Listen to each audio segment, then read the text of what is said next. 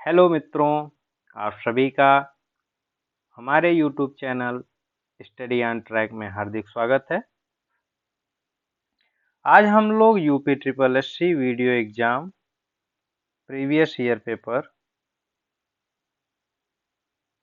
2018 के shift first के reasoning का पिछले वीडियो में 1 से लेके 25 क्वेश्चन तक का सॉल्व देखे थे।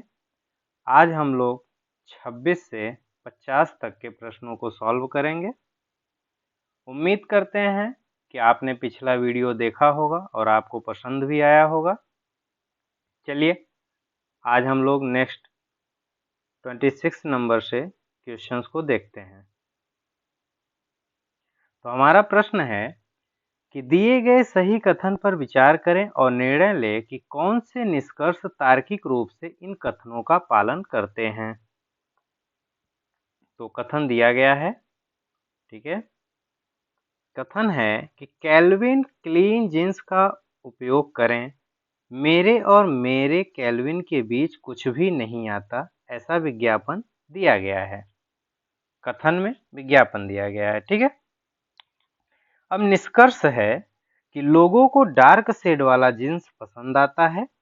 आकर्षक नारे, कैची, स्लोगन लोगों को आकर्षित नहीं करते हैं। तो देखिए मित्रों, इसमें एक चीज का ध्यान रखना है कि जब कभी भी कथन में विज्ञापन की बात की गई हो या कोई विज्ञापन दिया गया हो, तो विज्ञापन के माध्यम से हम इस बात को समझते हैं कि यहाँ पे जो भी कथन दिया गया है वह संभावित तौर पे 100% सत्य है। यानी कि जो हमारा निष्कर्ष होगा वह हमारे कथन से संभावित 100% होना चाहिए। अब देखिए, आप निष्कर्ष पहले को देखिए तो कह रहा है कि लोगों को डार्क शेड वाला जींस पसंद आता है। ऐसा हमारे विज्ञापन में कहीं भी जिक्र नहीं किया गया है, इसलिए यह तो निष्कर्ष नहीं होने वाला। दूसरा कह रहा है कि आकर्षक नारे जैसे कैची, स्लोगन लोगों को आकर्षित नहीं करते हैं। देखिए, करते हैं। क्यों करते हैं? क्योंकि जो हमें यहाँ पे कथन दिया गया है, केल्विन जींस क्लीन जींस के बारे में जो बताया गया है विज्ञापन के तौर पे, यह कहीं ना कहीं उसका एक आकर्षक नारा, कैची स्लोगन ही है, जिसके द्वारा वो लोगों को अपनी ओर आकर्षित करना चाहता है। तो अगर यहाँ पे ऑप्शन में होता कि क्या आकर्षित करते हैं तो यह कथन निष्कर्ष सही होता, लेकिन यहाँ पे दिया है नहीं करते हैं, इस वजह से हमारा ऑप्शन डी होगा, न तो निष्कर्ष 1 और न ही 2 पालन करते हैं। ठीक, नेक्स्ट। दिए गए प्रश्न को पढ़ें और निर्णय लें कि निम्नलिखित में से कौन सा तर्क प्रभावशाली है। कथन क्या है कि क्या राष्ट्रीयकृत बैंकों के अधिकारियों को 1 या 2 साल बाद स्थानांतरित किया जाना चाहिए। तो तर्क क्या कहता है कि हाँ, वे स्थानीय लोगों के साथ घुल मिल जाते हैं और उनसे चालाकी से काम निकाला जा सकता है। दूसरा, नहीं, जब तक उनकी नीतियां और योजनाएं आकार लेने लगती हैं उन्हें छोड़ना पड़ता है। तीसरा, नहीं, यह बहुत सारी प्रशासनिक परेशानी पैदा करेगा और अधिकारियों के लिए बहुत सी असुविधा का कारण बन जाएगा। ठीक है, तो केवल तर्क 1 प्रभावशाली है, केवल तर्क 2 प्रभावशाली है, केवल तर्क 1, 2 और 3 प्रभावशाली है, केवल तर्क 1 और 2, 3 प्रभावशाली है। तो देखिए, यहाँ पे जो कथन कहा गया है वह कहा गया है कि तर्क की बात यहाँ पे की जा रही है। तो जो तर्क होता है, जब हम तर्क के प्रश्नों को सॉल्व करते हैं तो यहाँ पे हम देखते हैं कि क्या यह हमारे जीवन से, जो तर्क होता है वह तर्क हमारे जीवन से पूर्णतः सत्य नहीं हो सकता, लेकिन यह संभावित 100% सत्यता की ओर दर्शाता है। जैसे कि क्या राष्ट्रीयकृत बैंकों के अधिकारियों को 1 या 2 साल बाद स्थानांतरित किया जाना चाहिए, ऐसा हमसे कथन में पूछा गया है।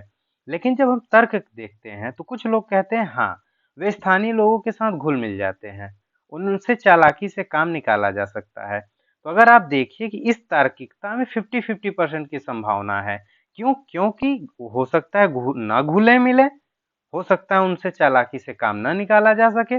तो जिन तर्कों में 50-50% की संभावनाएं जताई जाएंगी वह तर्क सही नहीं होगा। बाकी उनकी नीतियां योजनाएं जब आकार लेने लगती हैं तो उन्हें छोड़ना पड़ता है। बात बिल्कुल सत्य है। और तीसरा भी है कि कई प्रशासनिक परेशानियां पैदा होती हैं इनको ट्रांसफर लेने में। तो इस आधार पे आप देखेंगे तो आपका ऑप्शन सी केवल तर्क 2 और 3 प्रभावशाली है, यह आपका सही उत्तर होगा। नेक्स्ट क्वेश्चन, दिए गए प्रश्न को पढ़ें और निर्णय लें कि निम्नलिखित में से कौन सा तर्क प्रभावशाली है। फिर कथन और तर्क की बात की गई है। क्या भारत में सभी अप्रत्यक्ष करों को एक समान और सेवा कर जीएसटी गुड सर्विस टैक्स में जोड़ा जाना चाहिए?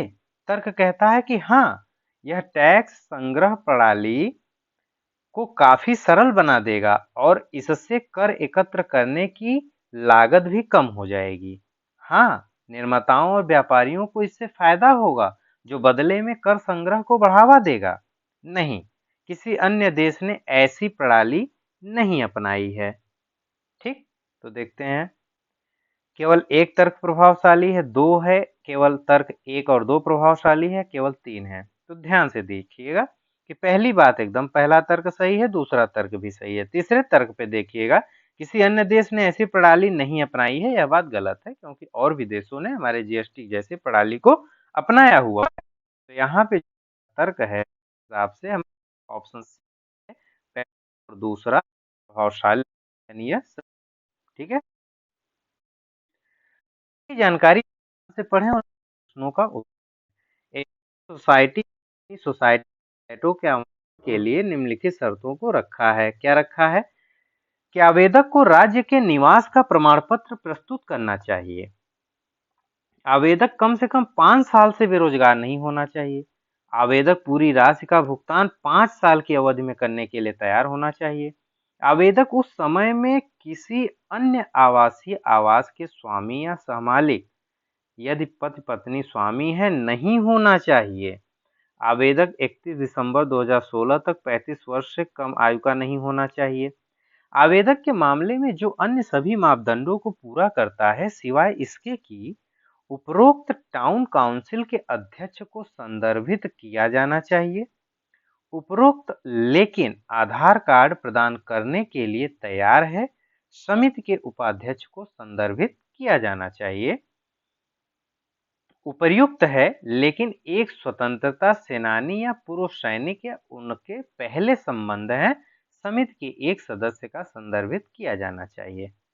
आवेदन की प्राप्ति की अंतिम तिथि 31 दिसंबर 2016 थी। 31 दिसंबर 2016 को शर्तों को पूरा किया जाना है।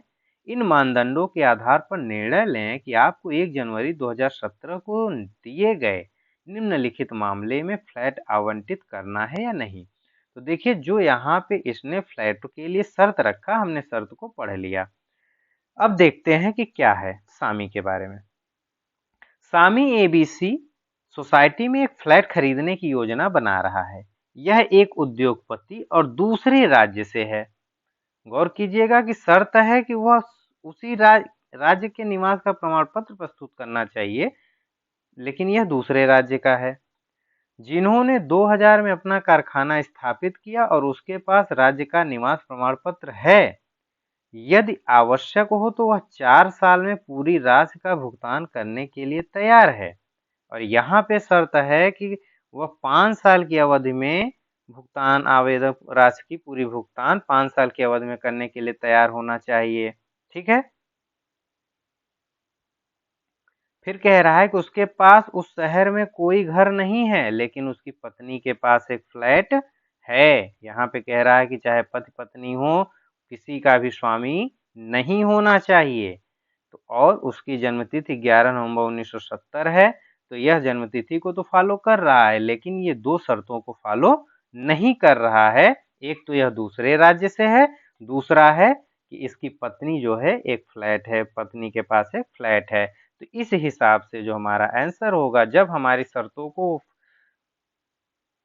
फॉलो नहीं कर रहा है, शर्तों को पूरा नहीं कर रहा है, तो इस हिसाब से इसे फ्लैट आवंटित नहीं किया जाएगा। यानी फ्लैट आवंटित मत करो, इसका सही आंसर होगा। ठीक, नेक्स्ट देखिए, श्रृंखला को पूरा करने के लिए सही विकल्प से रिक्त स्थान को भरें। हमारा प्रश्न दिया गया है, अब देखिएगा कि यहाँ पे है ए के बाद सी के बाद पूछ रहा है, उसके बाद की संख्या दी गई है। तो आप ये देखिएगा कि इसमें 2 का अंतराल है, तो यहाँ पे भी हम 2 का अंतराल रख देते हैं, तो ई रख लें, ठीक है। ई के बाद जी, सही है। एल एल एल है यहाँ पे, तो यहाँ पे भी एल रख लेते हैं। यहाँ पे बी है, बी के बाद डी हो गया, 2 का अंतराल आया, 2 का अंतराल हम डी के बाद रख लेते हैं, तो हो गया हमारा एफ, ठीक है। एफ के बाद फिर एच, सही है 2 के अंतराल में। फिर सी है लास्ट में, तो सी सब में रख लेते हैं, तो हमारा ऑप्शन बी जो है करेक्ट आंसर है। श्रृंखला को पूरा करने के लिए सही विकल्प से रिक्त स्थान को भरें। यहाँ पे देखिएगा कि ए के बाद बी के बाद सी के बाद डी के बाद ई आएगा, ये ठीक है। फिर यहाँ पे है जेड के बाद आ गया डब्लू के बाद आ गया आर के बाद आ गया के के बाद हमसे पूछ रहा है, ठीक है। इसका होता है 26। हम नंबरिंग कर लेते हैं, नंबरिंग से हमें थोड़ा सा समझने में आसानी हो जाती है।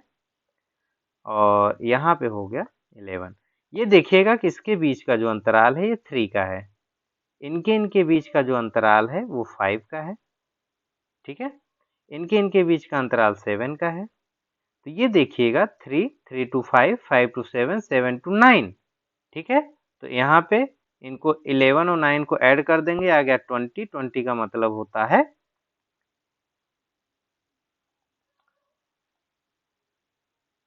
सॉरी, यहाँ पे 9 का अंतराल आएगा। 9 का अंतराल का मतलब हुआ कि ये कम होगा, 11 से 9 गए आया 2 होता है आपके बी का, ठीक है। तो आप ऑप्शन में देखिए तो ई बी वाई, यही ऑप्शन सी आपका मिल रहा है। इसी तरीके से ए के बाद डी के बाद आई के बाद पी के बाद आपसे पूछ रहा है, ठीक है। तो वही सेम चीज, 3 का अंतराल यहाँ पे है, फिर ए और डी, एक का है 4, बी डी का है सॉरी ए का है 1, डी का है 4, इनके बीच में अंतराल 3 का है, 3 संख्या का है। और डी और आई की नंबरिंग होती है 9 हमारे अल्फाबेट में, तो इस आधार पे इसका अंतराल 5 का है। और 9 और 16 में 11 का अंतर है। उस नेक्स्ट होगा हमारा सॉरी 9 और 16 में 7 का अंतराल है, और हमारा 16 के बाद 11 का, 16 के बाद 11 का अंतराल आएगा, तो आएगा हमारा 25, और 25 होता है आपके वाई का। तो उम्मीद है कि आपको ये सीरीज समझ में आई होगी। तो इस तरीके से हमारा आंसर बनता है सी, ई बी वाई।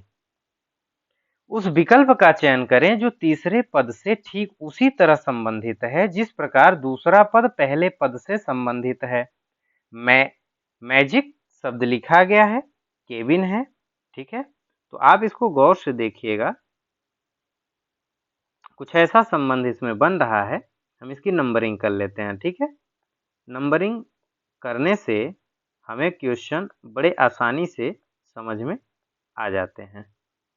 आप देखिएगा यहाँ 13 है, ये 13 है, एक कम हो गया 12 हो गया। यहाँ है ए का है 1, 1 में से एक कम करेंगे तो अल्फाबेट में 26 आएगा, क्योंकि उल्टा आएगा, ए का एक जेड आएगा। इसी तरीके से जी की नंबरिंग होती है 7, यहाँ पे देखिए 6 आ रहा होगा, ठीक है। एफ का यानी एक कम है, -1 का सीरीज ये चल रहा है पूरा। इसी तरीके से 5 अक्षर हैं, तो 1 2 3 4 5, ठीक, 1 2 3 4 5। तो अगर सी है, सी की नंबरिंग 3 है, तो हम इस तरीके से भी इसको लिख सकते हैं। 3 है तो यहाँ 2 का नंबर आएगा, 1 है तो यहाँ 26 आएगा, अगर 2 है तो यहाँ 1 आएगा, 9 है तो यहाँ 8 आएगा, 14 है तो यहाँ 13 आएगा, ठीक।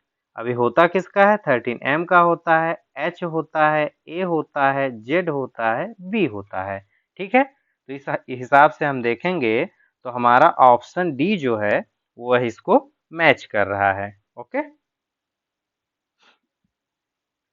एक निश्चित कोड भाषा में यदि गुलाबी को सफेद कहा जाता है, सफेद को पीला कहा जाता है, पीला को लाल कहा जाता है, लाल को हरा कहा जाता है, हरे को काला कहा जाता है, काला को बैगनी कहा जाता है, और बैगनी को नारंगी कहा जाता है, तो मानव रक्त किस रंग का होता है। जैसा कि हमें पता है कि हमारा मानव रक्त लाल होता है, ठीक है। तो जब ऐसे प्रश्न आते हैं तो इसमें हम यह देखते हैं कि लाल हमारा ब्लड हो गया। अब लाल को क्या कहा जा रहा है, तो यहाँ देखिए लाल को हरा कहा जा रहा है। ठीक है, अगर लाल को हरा कहा जा रहा है तो इस हिसाब से हमारा जो प्रश्न का उत्तर बनेगा वह हरा होगा, ऑप्शन बी। दी गई जानकारी को ध्यानपूर्वक पढ़ें और प्रश्नों के उत्तर दें।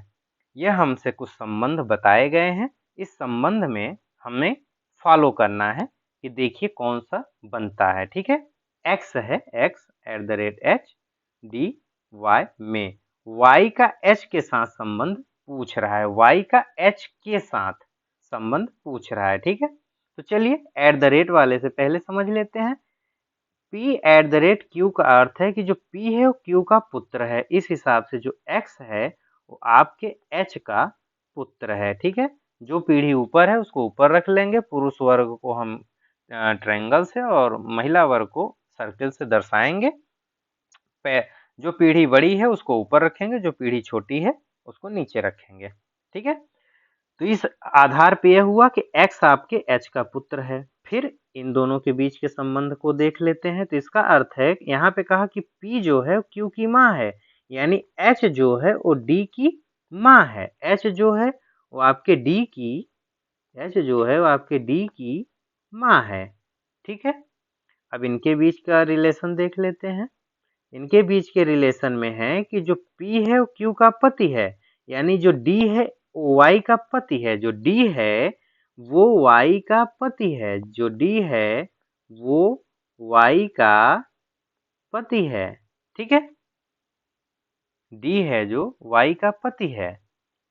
तो हमसे पूछ रहा है कि Y का H के साथ क्या संबंध है, यानी कि बेटे की जो पत्नी होती है, जो बेटे की पत्नी होती है वो हमारे ब्लड रिलेशन में बहू कहलाती है। ठीक, यानी ऑप्शन डी सही है।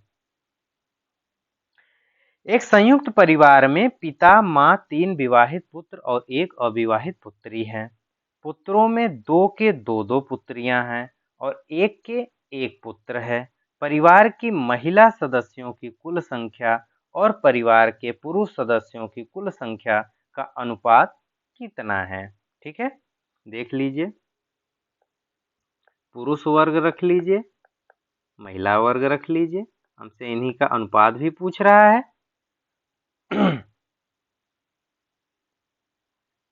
ठीक है, एक संयुक्त परिवार में पिता, माँ, 3 विवाहित पुत्र।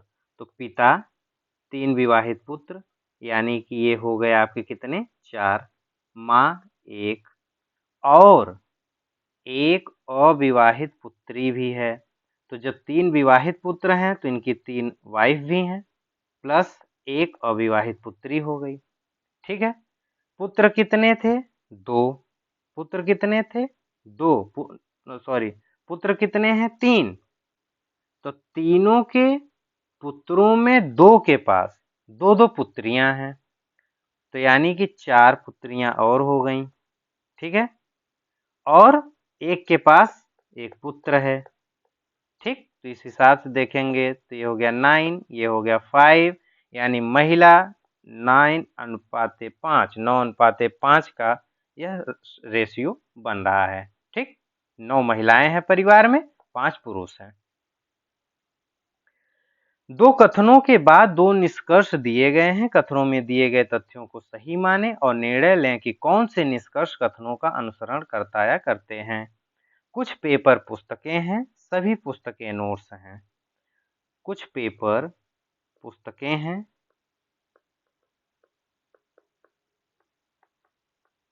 और कह रहा है कि सभी पुस्तकें नोट्स हैं। ठीक, तो निष्कर्ष है कि कोई पेपर एक नोट नहीं है, कुछ नोट पेपर हैं। ठीक, तो एक चीज गौर से समझिएगा कि जब हमारा कथन पॉजिटिव हो तो ऐसे में निष्कर्ष के निगेटिव होने की संभावना नथिंग होती है। ठीक है, तो ऐसे में तो हमारा जो निष्कर्ष पहला है यह तो पूर्णतः गलत हो गया, यह होगा ही नहीं, ये निगेटिव है। अब दूसरा है कि क्या कुछ नोट पेपर हैं? देखिएगा कि जब कुछ पेपर पुस्तकें हैं और सभी पुस्तकें नोट्स हैं, तो कुछ पेपर नोट्स हैं या कुछ नोट पेपर हैं, बिल्कुल हैं, इसकी संभावना बन रही है। इसलिए यह आपका जो ऑप्शन बी है वह निष्कर्ष 2 अनुसरण करता है। ठीक है,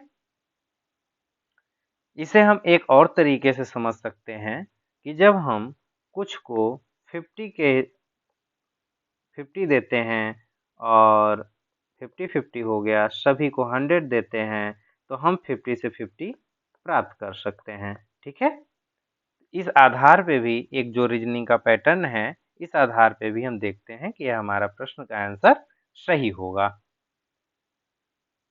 नेगेटिव नहीं होगा, ये ध्यान रखिएगा कि नेगेटिव नहीं होगा, क्योंकि यहाँ पे ये 100-100 होता है, तो 50-50 से 100-100 नहीं बनाया जा सकता। एक ये पैटर्न भी है समझने के लिए। दूसरा है कि जो हमने डायग्राम विधि से समझा कि अगर दो पॉजिटिव कथन है तो उससे नेगेटिव कथन नहीं बनेगा।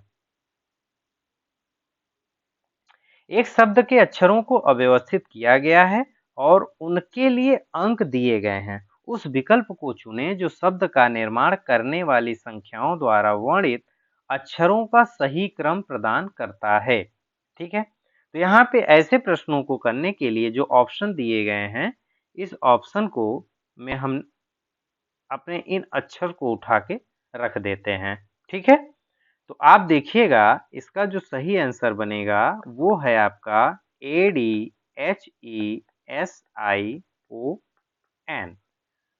अधेशन। ठीक, अधेशन मीन्स होता है जुड़ाव, लगाव। तो आप देखिएगा किसकी नंबरिंग कर देते हैं हम। ये है 2, 3, H की जगह 5, E की जगह 6 और 8, 1, 4 एंड 7। अब देखिएगा कि ये ऑप्शन कौन सा आपका सही मैच कर रहा है। तो ये ऑप्शन आपका जो डी है वो सही तौर से मैच कर रहा है। ठीक है, तो कुल मिला के ऐसे जब आपके पास क्वेश्चन आते हैं तो इन क्वेश्चंस को सॉल्व करने का यही तरीका है कि आप इन्हें ऑप्शन में बैठा के रख देंगे, फिर देखेंगे क्या उससे कोई सार्थक शब्द का निर्माण हुआ। अगर हुआ तो वही ऑप्शन सही है, अगर नहीं हुआ है तो फिर आप ऑप्शन वाइज उसको चेक करते हुए चले आइए। ठीक है, तो इसमें आपका ऑप्शन डी सही है। नाइटमेयर शब्द में उन शब्दों की संख्या ज्ञात कीजिए जिनके बीच उतने ही अक्षर हैं जितने अंग्रेजी वर्णमाला में उनके बीच हैं। तो देखिए ऐसे भी प्रश्नों को सॉल्व करने के लिए सबसे अच्छा तरीका होता है कि सबसे पहले इनकी नंबरिंग कर दीजिए। नंबरिंग कर देने के बाद आपको आसानी हो जाती है यह समझने में कि कौन सा कहाँ पे प्रश्न है और कौन सा नंबर कहाँ पे है। आप देखिएगा एक तरफ से अपना शुरू कर लीजिए, आपको पता चल जाएगा। 14, 15, 16, 17, 18, 19, 20 नहीं, ये तो कैंसिल। 9, 8, 9 नहीं, ये वाले नहीं हुए। ठीक है, फिर यहाँ से देख लीजिए 5 के बाद 6, 7, 8, 9, 10, 11, 12, 13 नहीं। 18 से 20 के बीच में नहीं। 7 और 8 एक तो सही है ये। ठीक है, 7-8 वाला क्रम बैठ रहा है, सही है। फिर इसके बाद में और देख लीजिए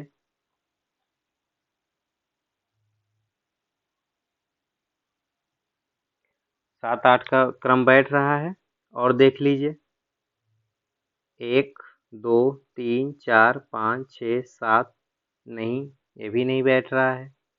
और देख लीजिए 14 के बाद 6, 20 आता है, नहीं है। 18, 19, 20 ये भी नहीं है। 5 के बाद 6, 7, 8, 9 ये भी नहीं है। ठीक है,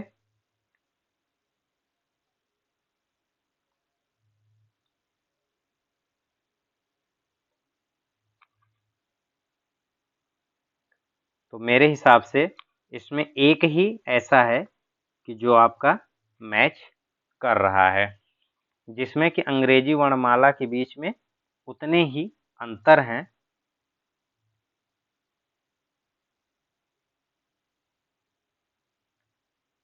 उनके बीच उतने ही अक्षर हैं जितने अंग्रेजी वर्णमाला में उनके बीच में हैं। ठीक है, तो इस हिसाब से आपका ऑप्शन ए ही सही है, 1। नेक्स्ट, निम्नलिखित प्रश्न में एक कथन के बाद दो तर्क 1 और 2 दिए गए हैं। आपको यह तय करना होगा कि कथन के संबंध में कौन से तर्क मजबूत हैं। कथन और तर्क। देखिए, हमने तर्क की जब बात की थी तो हमने कहा था कि तर्क आपका सामाजिक जीवन से, आपके व्यक्तिगत जीवन से 100% सत्य नहीं हो सकता है, लेकिन संभावना इसकी 100% बनती है।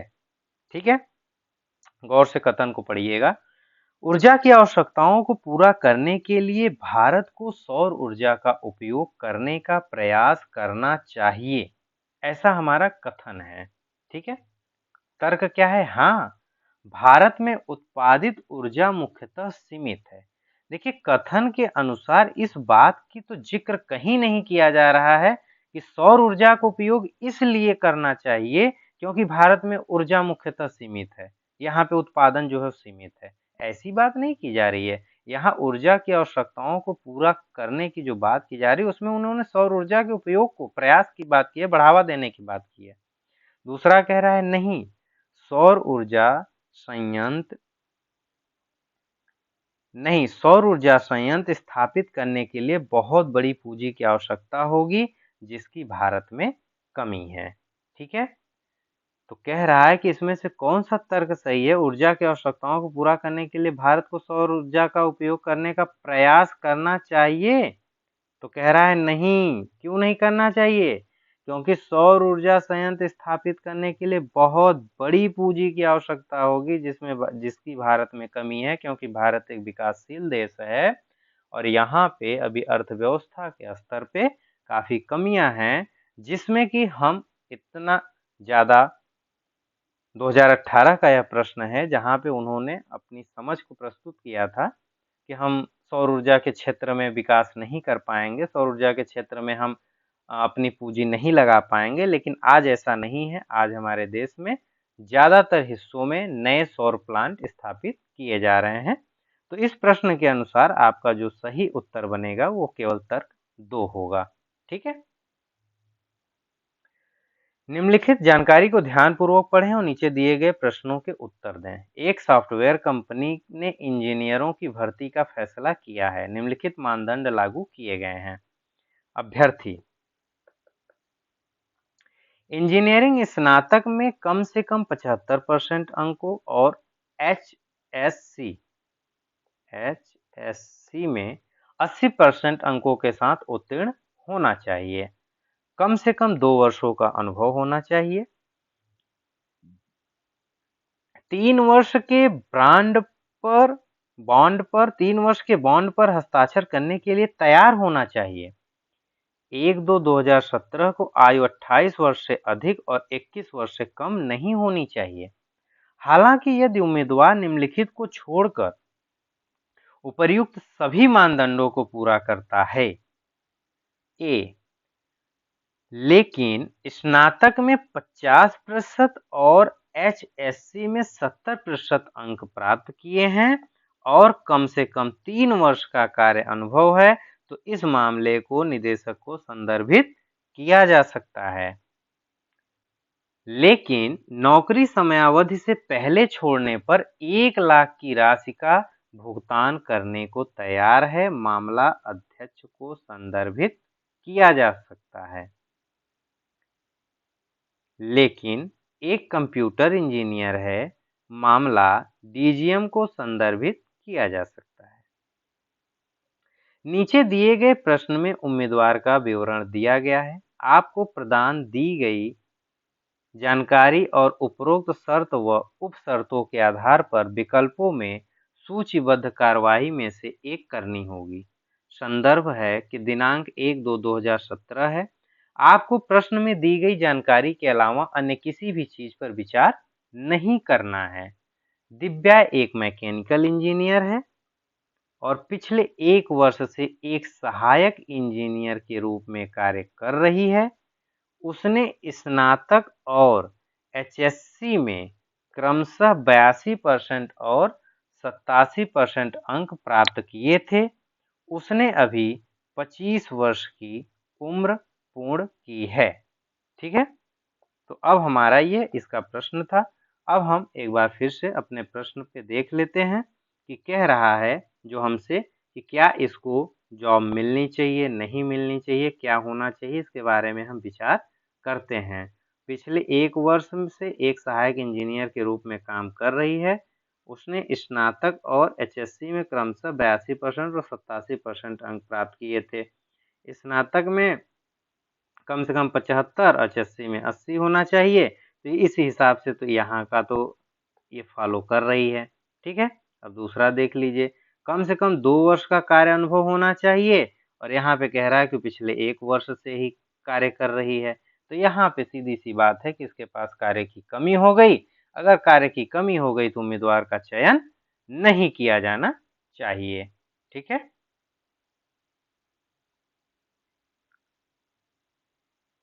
उम्मीदवार का चयन नहीं किया जाना चाहिए। सॉरी,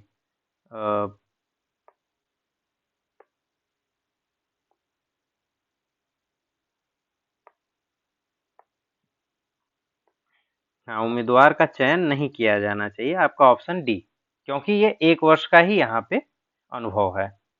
ठीक है, चलिए नेक्स्ट। पिछले कुछ वर्षों में करोड़ रुपयों में 3 कंपनियां XYZ के निर्यात के निम्नलिखित लाइन ग्राफ दिए गए हैं। ग्राफ का अध्ययन करें और निम्न प्रश्नों का उत्तर दें। जो कंपनी X का प्रतिनिधित्व करेगा उसका साइन कुछ इस तरीके से है, Y का साइन इस तरीके से है और Z का साइन इस तरीके से है। हमसे कह रहा है कि निम्नलिखित में से कौन से सालों में तीनों कंपनियों द्वारा कुल निर्यात का मूल्य एक समान था। तो यहाँ पे आप देखिए कि ऑप्शन में जो है आपके 1995, 1996, 1997 और 1998 का जिक्र किया गया है। ठीक है, तो चलिए जोड़ लेते हैं तीनों कंपनियों को। पहले 95 का जोड़ लेते हैं, 40, 60, 100, 120, 220। 96 में ये है आपका 96, 60, 60, 120, 120 और 90, 210। ठीक है,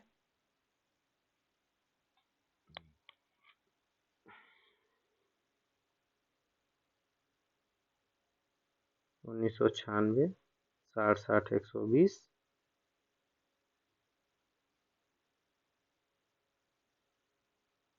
और 90, 210। 1997 में देख लीजिए, तो 1997 में 60, 80, 140, 140 और 100, 240। और 1998 में देख लीजिए, तो 1998 में आपका यहाँ पे हो गया 50 और 60, 50, 80, 100, 180, 230। तो इस हिसाब से तो कहीं पे भी ये मैच किया नहीं, तो ये कहीं पे फिगर में थोड़ी बहुत कमी है।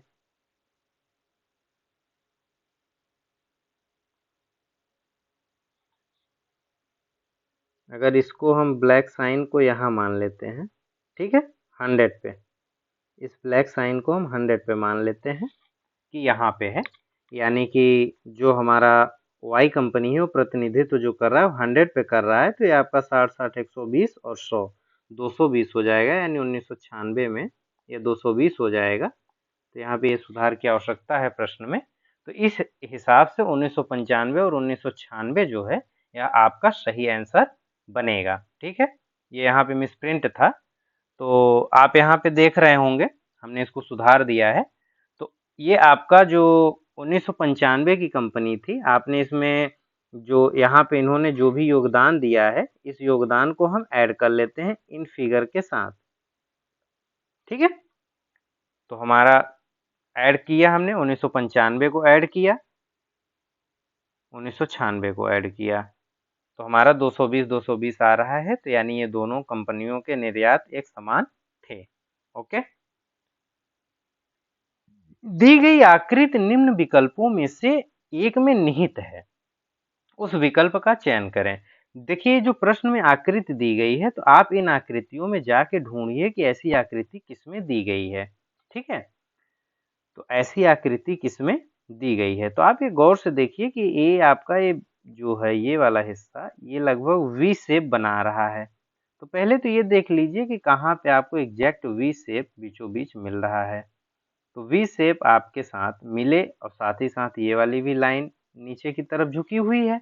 तो देखिए वी शेप ना तो आपकी इस ऑप्शन में है, ना इसमें है, ना इसमें है, लेकिन इस पे गौर से देखिएगा तो आपको मिल जाएगा। देखिएगा ये लाइन यहाँ से जा रही है, ऐसे जा रही है, ऐसे जा रही है और ऐसे जा रही है। तो हमारा यही फिगर तो है देखिए, यानी कि ऑप्शन डी जो है इसका सही आंसर होगा। ठीक है,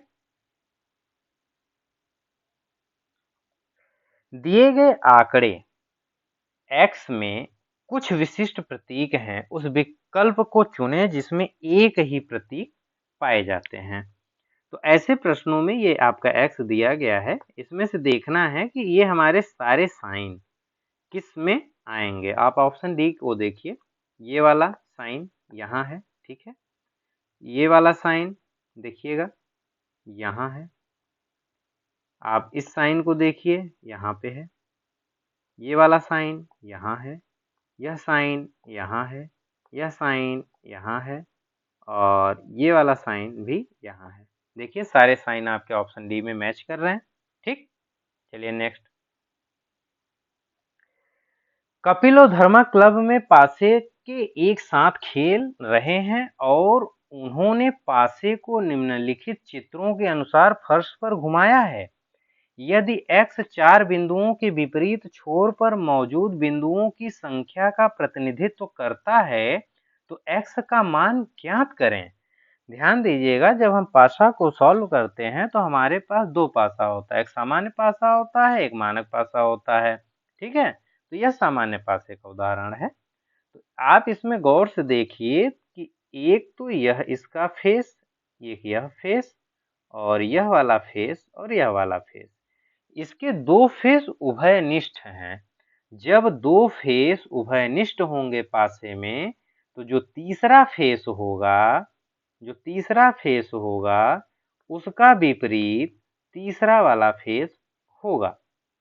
पहले पासे का जो तीसरा फेस होगा वही दूसरे पासे के तीसरे फेस का प्रतिनिधित्व करेगा, उसका विपरीत होगा।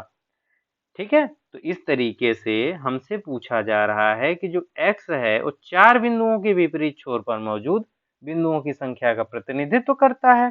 तो 4 का विपरीत 1 होगा। ठीक है, क्योंकि इसमें से दो जो हमारे सतह हैं वह उभयनिष्ठ हैं, सेम बिंदुओं के हैं। इस आधार पे हमारा ऑप्शन डी जो है वह सही होगा। नेक्स्ट, चित्र ए और बी के बीच संबंधों को देखकर दिए गए चित्र को उपर्युक्त विकल्प के साथ बदलें। उपयुक्त विकल्प के साथ बदलें। आप गौर से ए को देखिएगा, ए में दो तीर इधर हैं और दो तीर इधर हैं। इधर से आपके लेफ्ट से एक तीर राइट में चला जाता है, इधर 3 एरो हो जाते हैं और लेफ्ट में एक ही एरो बचता है। इसको गौर से देखिएगा, ये लगभग यह वाला जो साइन है, यह साइन आपका 90 डिग्री घूम जाता है। ठीक है, लेफ्ट की तरफ। बिल्कुल उसी तरीके से यहाँ पे आप देख रहे होंगे कि ऑप्शन सी जो है, तो ऑप्शन डी भी यही बनेगा कि जो एरो यहाँ पे पहले ऑप्शन ए में देखेंगे कि जो एरो यहाँ पे है वह एरो दूसरे साइड में जाके जुड़ जाता है, तो बिल्कुल इसी तरीके से इसमें जो एरो है वह एरो जाके प्रश्न के इस साइड में राइट साइड में जुड़ जाएगा। तो ऐसा किस किस ऑप्शन में है, तो ऐसा हम देख रहे हैं कि 2, 3 और 4 में है। ठीक है, अब देखते हैं कि और क्या परिवर्तन हो रहा है। और परिवर्तन यह हो रहा है कि हम ये देख रहे हैं कि जैसे यहाँ पे जो हिस्सा व्हाइट है वो 90 डिग्री घूमने के बाद इधर ब्लैक हो गया, इधर व्हाइट हो गया। ठीक, तो इसमें भी जब परिवर्तन होगा तो जहाँ व्हाइट है यह आपका व्हाइट ही रहेगा। यहाँ ब्लैक है, जो आपका व्हाइट है ये व्हाइट रहेगा। ठीक, नहीं सॉरी, जो व्हाइट है ये ब्लैक हो जाएगा, जो ब्लैक है व्हाइट हो जाएगा। तो देखिए ऐसा परिवर्तन कहाँ पे हो रहा है, ऐसा परिवर्तन कहाँ पे हो रहा है? ऐसा परिवर्तन आपका हो रहा है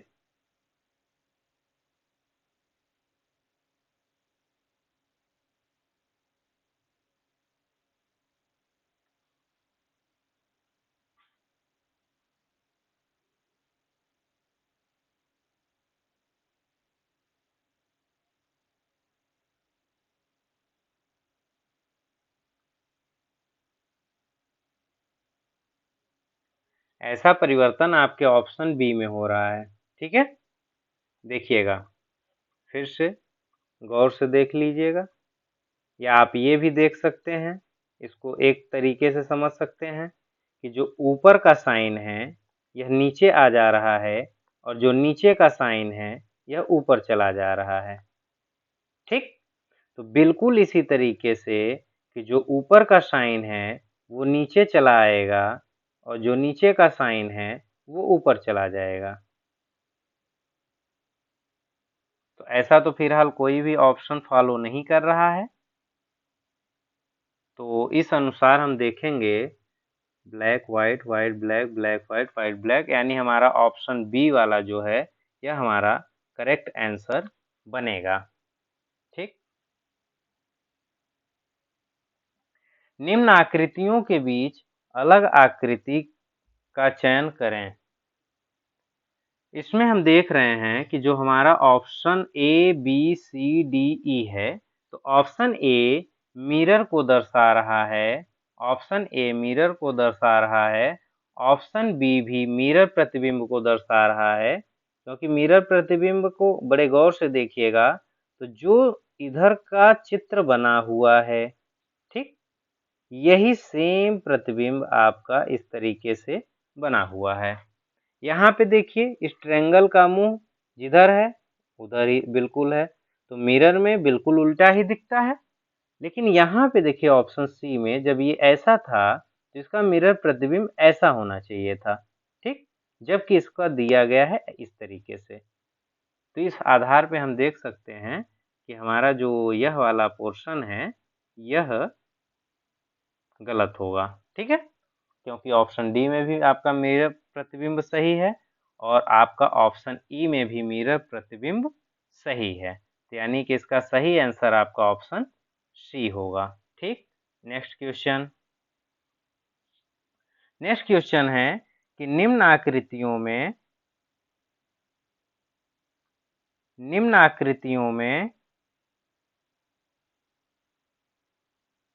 के बीच बगल आकृति का चयन, निम्न आकृतियों के बीच अलग आकृति का चयन करें। ए बी सी डी ई, आप इसको बड़े गौर से देखेंगे तो आपको लगभग लगभग सारी आकृतियों में एक संबंध मिलेगा। ठीक है, ये लगभग एक ही जैसे हैं सारे साइन, ये सारे साइन एक ही जैसे हैं, जो भी इसको आप मान लीजिए, ये सारे साइन आपके एक ही जैसे हैं। ठीक है, तो आप देखिए कि एक दो तीन, एक दो तीन, एक दो, ये अलग हो गया, एक दो तीन, एक दो तीन, एक दो तीन। आप इसमें एक चीज और देखिए कि किसी भी प्रतिबिंब में कि जैसे ये जो सतह है, इस सतह के बाद फिर दूसरी सतह, फिर एक सतह छोड़ के फिर तीसरी सतह पे साइन लगे हुए हैं। सेम यही चीज आपकी दूसरे पे है, इस सतह पे है, फिर एक सतह छोड़ के दूसरे सतह पे, फिर एक सतह छोड़ के तीसरे सतह पे है। लेकिन ऑप्शन सी को देखेंगे गौर से, तो ऑप्शन सी में सेम टाइप की जो आकृति है बिना सतह को छोड़े हुए एक दूसरे के बगल में लगी हुई है। इस आधार पे यह आकृति अलग हुई, यानी ऑप्शन सी आपका अलग हो गया। ठीक है, नेक्स्ट, अश्विनी के पास विभिन्न पैटर्न वाले 5 वर्ग हैं, हालांकि इन वर्गों में से एक अन्य 4 की भांति समान नहीं है। उस विषम वर्ग का चयन कीजिए। तो आप गौर से देखिएगा, पहले ऑप्शन ए को बी सी डी में 1 2 3 4 5 में सब में तो पहले तो इस तरीके का साइन बना हुआ है, तो इससे हम अंतर नहीं कर पाएंगे। फिर अंतर हम कहाँ से करेंगे, ये देखिएगा कि ये वाला जो आपका है, ठीक है, ये दोनों के मुख एक तरफ हैं, इनका मुख अलग अलग है, विपरीत है, इनका भी मुख विपरीत है, लेकिन इन दोनों का मुख एक ही दिशा में है। ये गौर से देखिएगा कि इन दोनों का मुख एक ही दिशा में है, इन दोनों का मुख विपरीत है, यानी कि इन दोनों का भी मुख विपरीत है। पहले ऑप्शन को देखिए, इनका मुख विपरीत है, दूसरे में भी मुख विपरीत है, तीसरे में भी मुख विपरीत है, इस लाइन की, इन लाइनों का मुख विपरीत है, लेकिन चौथे में एक ही दिशा में है, यानी आपका जो चौथा है ऑप्शन सी है, यह अलग आकृति है। ठीक, नेक्स्ट, ये एक ग्राफ दिया गया है, ग्राफ से हमसे प्रश्न पूछा जाएगा कि उपर्युक्त ग्राफ का निरीक्षण करें जो पिछले कुछ वर्षों के लिए एक विद्यालय के कक्षा 10 और 11 के परिणामों की जानकारी देता है। किस वर्ष में दोनों कक्षाओं ने उस विद्यालय में सर्वश्रेष्ठ प्रदर्शन किया था, हमसे यही पूछा जा रहा है। ठीक है, तो देखते हैं।